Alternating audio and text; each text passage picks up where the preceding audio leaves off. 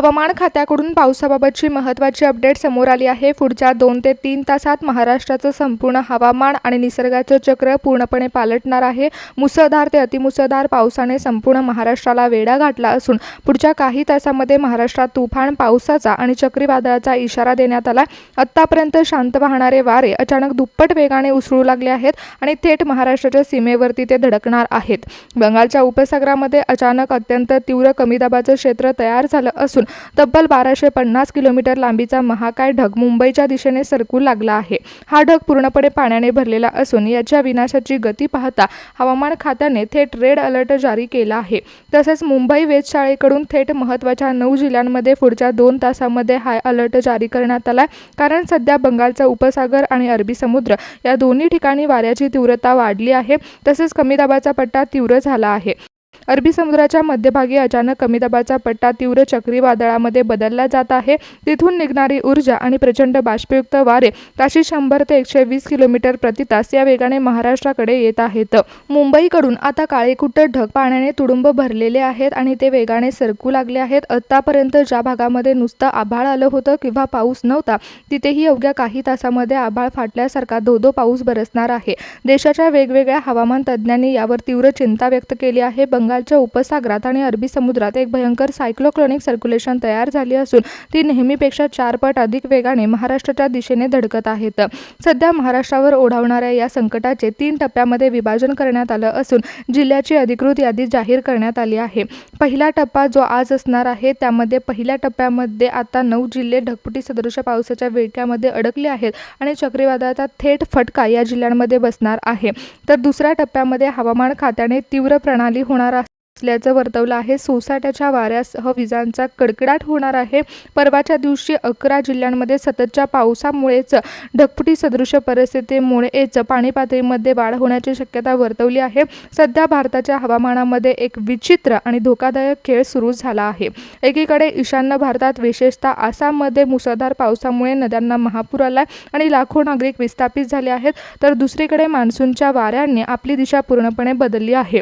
हवामान खात्याच्या नवीन रिपोर्टनुसार पॅसिफिक महासागरामधील स्थिती अधिक तीव्र होत असल्याने भारताच्या काही भागांमध्ये पाऊस कमी होण्याचा अंदाज वर्तवला गेला, तरी ज्या राज्यांमध्ये मान्सूनचा ढग अचानक धडकत आहे तिथे ढगफुटी आणि महाप्रलयाची परिस्थिती निर्माण होत आहे। हवामानाची प्रणाली आता अरबी समुद्र आणि बंगालच्या उपसागरामध्ये एका चक्रीवादळाला निर्माण करत आहे। त्यामुळे भारताच्या दक्षिण पश्चिम टोकावरून अरबी समुद्रात एक तीव्र सायक्लोनिक सर्क्युलेशन तयार झालं आहे। समुद्राच्या पोटामध्ये प्रचंड बाष्प तयार होऊन तिथून निघालेले महाकाय ढग आणि मान्सूनचे वारे आता ताशी 120 किलोमीटर वेगाने महाराष्ट्रातील 9 जिल्ह्यांकडे झेप घेत आहेत। त्यामुळे पुढील 2 ते 3 तासांमध्ये ढगफुटी सदृश पावसाचा इशारा देण्यात आला।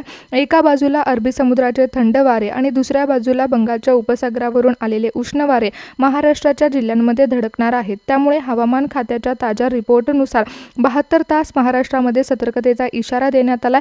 वाऱ्याचा वेग वाढणार आहे आणि सायक्लोनिक सर्क्युलेशनमुळे चक्राकार वारे वाहणार आहेत। हवामान खात्याच्या ताज्या रिपोर्टनुसार ऑगस्ट आणि सप्टेंबर या महिन्यामध्ये संपूर्ण देशामध्ये मान्सूनचं वितरण हे संमिश्र राहणार असलं तरी देखील महाराष्ट्राच्या काही भागांमध्ये वाऱ्याच्या तीव्र संघर्षामध्ये ढगफुटी सदृश पावसाची शक्यता निर्माण झाली आहे। पश्चिमेकडून मुंबईच्या दिशेने सरकणारे बाष्पाने भरलेले महाकाय ढग आणि पूर्वेकडून येणारे वारे जेव्हा महाराष्ट्राच्या सीमेवर धडकतात तेव्हा सह्याद्रीच्या पर्वतरांगांमध्ये अडकून ते एका महाप्रलयामध्ये बदलणार आहेत। हवामान खात्याच्या ताज्या रिपोर्टनुसार या महासंकटामुळे महाराष्ट्रातील जिल्ह्यांमध्ये पूर परिस्थिती निर्माण होऊ शकते। त्यामुळे महाराष्ट्रामध्ये पहिला टप्पा जो आहे तिथे रेड अलर्ट देण्यात आला आहे। तिथे विजांचा तांडव देखील निर्माण होणार आहे। त्याचबरोबर नद्या खोऱ्यांच्या सकल भागामध्ये अतिमुसळधार ते मुसळधार पावसाची शक्यता वर्तवली जात आहे। देशाच्या पश्चिम आणि दक्षिण भागातील वाऱ्यांची दिशा पूर्णपणे बदलली आहे। दक्षिण भारतातून आणि केरळ कर्नाटक किनारपट्टीवरून उत्तर व पश्चिमेकडे सरकणारे मान्सूनचे वारे अचानक दिशा बदलून थेट अरबी समुद्रात एकत्र आले आहेत आणि या सर्वांचा फटका आपल्या महाराष्ट्राला बसणार आहे। दरवेळी नैऋत्य मान्सूनचे वारे दक्षिण भारतातून केरळ आणि कर्नाटकातून पुढे सरकत असताना पश्चिमेकडून उत्तरेकडे आणि पूर्वेकडे वाहतात, परंतु सध्या वातावरणातील प्रचंड अस्थिरतेमुळे पश्चिमेकडून येणारे बाष्पयुक्त वारे आणि उत्तरेकडून येणारे वारे एकाच बिंदूवर एकवटत आहेत। अरबी समुद्राच्या मध्यभागी हवेचा दाब अचानक प्रचंड प्रमाणामध्ये ढासळत आहे आणि हा कमी दाबाचा पट्टा आता एका तीव्र आणि भयानक चक्रीवादळामध्ये रूपांतरित होत आहे। या चक्री चक्रीवादळाची ऊर्जा आणि वाऱ्याचा वेग हा 120 प्रति तास एवढा प्रचंड वाढला आहे। जेव्हा समुद्राच्या पोटामध्ये तयार झालेले बाष्पाने भरलेले महाकाय ढग पश्चिमेकडून थेट महाराष्ट्राच्या किनारपट्टीवरती धडकतात, तेव्हा महाराष्ट्रातील भौगोलिक रचना म्हणजेच कोकणाच्या पाठीशी असलेली सह्याद्रीची 800 ते 900 मीटर उंच भक्कम पर्वत त्यांना रोखून धरते आणि या वाऱ्यांना पुढे जायला रस्ता मिळत नाही। हे ढग सह्याद्रीच्या कड्यांना घासून थेट आकाशामध्ये वर फेकले जातात। तिथून अवघ्या काही मिनिटांमध्ये ढगफुटी सदृश्य पाऊस कोसळायला सुरुवात होतो आणि याच परिस्थितीमुळे महाराष्ट्रातील जिल्ह्यांना धोका निर्माण होऊ शकतो। कोकण किनारपट्टीला लागून असलेल्या पहिल्या 3 जिल्ह्यांवर अरबी समुद्रातील चक्रीवादळाचा थेट आणि सर्वात भयानक प्रहार होणार आहे। सह्याद्रीच्या भक्कम कड्यांना हे ढग अडकून अवघ्या काही तासात या भागामध्ये तब्बल 100 ते 150 मिलीमीटरपेक्षा जास्त पावसाची नोंद होऊ शकते। त्यामुळे सकल भागामध्ये पाणी साचणार आहे। तर विदर्भ आणि मराठवाड्याच्या पट्ट्यातील पुढील 3 जिल्ह्यांमध्ये पूर्वेकडील उष्ण आणि पश्चिमेकडील थंड वाऱ्यांच्या महासंगमामुळे आकाशात विजांचा तांडव निर्माण होणार आहे। रात्रीच्या अंधारामध्ये आकाशामध्ये विजा कडाकणार आहेत। तर उत्तर महाराष्ट्र आणि पश्चिम महाराष्ट्राच्या घाटमाथ्यावरील शेवटच्या 3 जिल्ह्यांमध्ये पावसाचं प्रमाण मध्यम असलं तरी देखील ताशी 70 ते 80 किलोमीटर वेगाने सुटणाऱ्या सोसाट्याचा वादळी वाऱ्याची भीती निर्माण होणार आहे।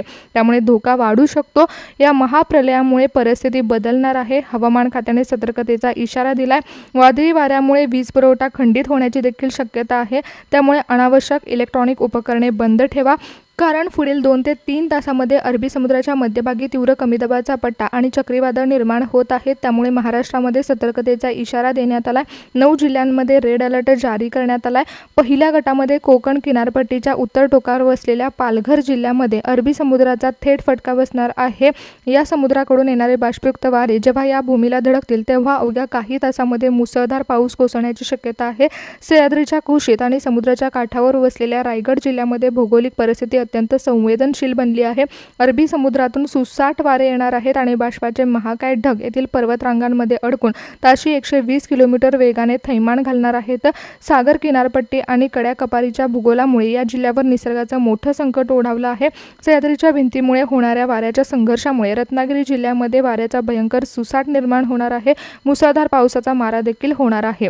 विदर्भाच्या मध्यभागी असलेल्या नागपूर जिल्ह्यामध्ये बंगालच्या उपसागराकडून येणारे उष्ण आणि पश्चिमेकडून येणारे थंड वारे एकत्र येत असल्यामुळे येथे हवेची प्रचंड अस्थिरता निर्माण होईल।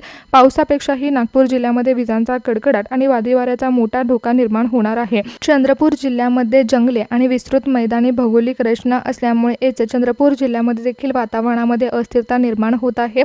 जोरदार वादळी वाऱ्यासह मुसळधार पावसाची नोंद येथे होणार आहे। पूर्व विदर्भातील गडचिरोली जिल्ह्यामध्ये हवामानातील बदलाचा अत्यंत परिणाम होणार आहे। बंगालच्या उपसागरावरून आलेले ढग या भागामध्ये अचानक ढगफुटी सदृश पाऊस निर्माण करू शकतात। नदी नाल्यांच्या पाणी पातळीमध्ये वाढ होऊ शकते। मराठवाड्याच्या कोरड्या आणि उंचावर असलेल्या पठारी भूगोलावर अचानक घडलेल्या या हवामान बदलामुळे संपूर्ण वातावरण ढवळून निघाले। पश्चिमेकडून येणारे थंड वारे आणि पूर्वेकडील उष्ण वाऱ्यांच्या महासंगमामुळे छत्रपती संभाजीनगर जिल्ह्यामध्ये वाऱ्यांचा वेग 70 ते 80 किलोमीटरवर पोहोचणार आहे। तसेच नांदेड जिल्ह्यामध्ये हवामानातील अस्थिरतेमुळे काळे कुट ढग दाटून येणार आहेत। बाष्पाने भरलेले वारे वेगाने धडकल्यामुळे या भागामध्ये अचानक मुसळधार वादळी वाऱ्याचा कडकडाट सुरू होणार आहे। सह्याद्रीच्या उंच पर्वतरांगा आणि लोणावळा खंडावळ्यासारख्या घाट परिसरामध्ये भौगोलिक रचनेमुळे पुणे जिल्ह्यामध्ये अतिवेगवान थंड वारे वाहणार आहेत। या वाऱ्यामध्ये ढगफुटी सदृश्य पावसाचा धोका निर्माण होणार आहे। रस्त्यांवर पाण्याचे लोट वाहणार असून घाटातून प्रवास करताना सतर्कता बाळगावी अशा सूचना देखील देण्यात आलेल्या आहेत।